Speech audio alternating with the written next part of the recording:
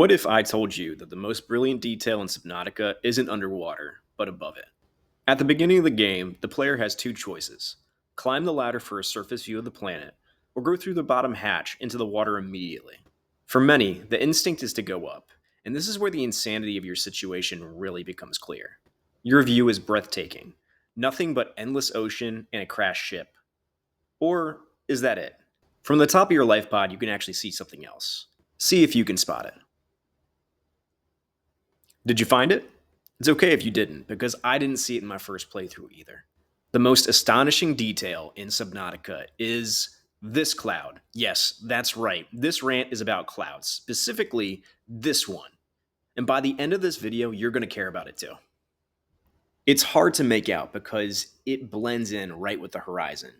But what is this? Because it looks like fog, but also looks like a cloud. This is the brilliance of Subnautica. This is how they hide land.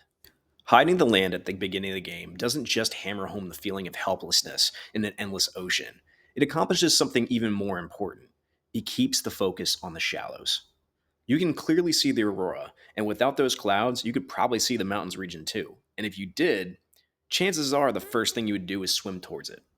You would look at land and say, that's safe. And while that's partially true, the biggest thing is you have to rely on the fabricator in your life pod at the beginning of the game. Until you build a habitat, the game wants your attention in your immediate surroundings. And for good reason too. You're spending 99% of this game under the surface. They want you to get comfortable where you started, and comfortable exploring your surroundings. The safe shallows are fairly extensive, and you'd have to wander decently far to get in trouble, at least early on.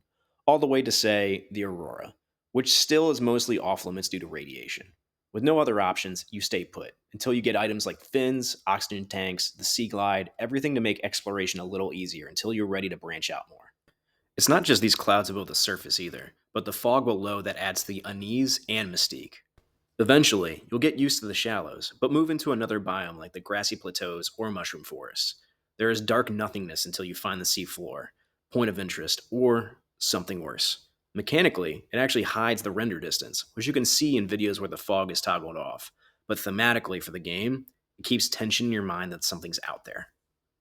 You then get radio messages giving you waypoints closer to new points of interest, giving you a reason to brave the unknown depths. But these are just gentle nudges to continue the story without feeling like you have objectives, helping you feel like you're conquering these barriers with your own courage, while leaving enough breadcrumbs to know that you want to be there. I mean, even the Aurora explosion has its own hint. When you figure out you need to get into the ship, how are you going to do that? Well, maybe in that opening the blast made to the front of the ship. It's just funny how a low-lying cloud puts all of this into perspective. Honestly, it's also rewarding for a player that notices it.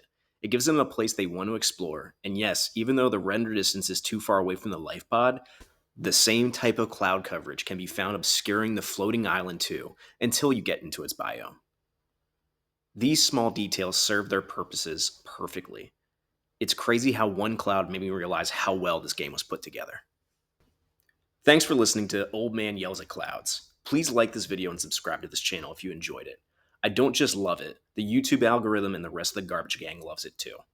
Take care, and I'll definitely find something obscure to ramble about in another video.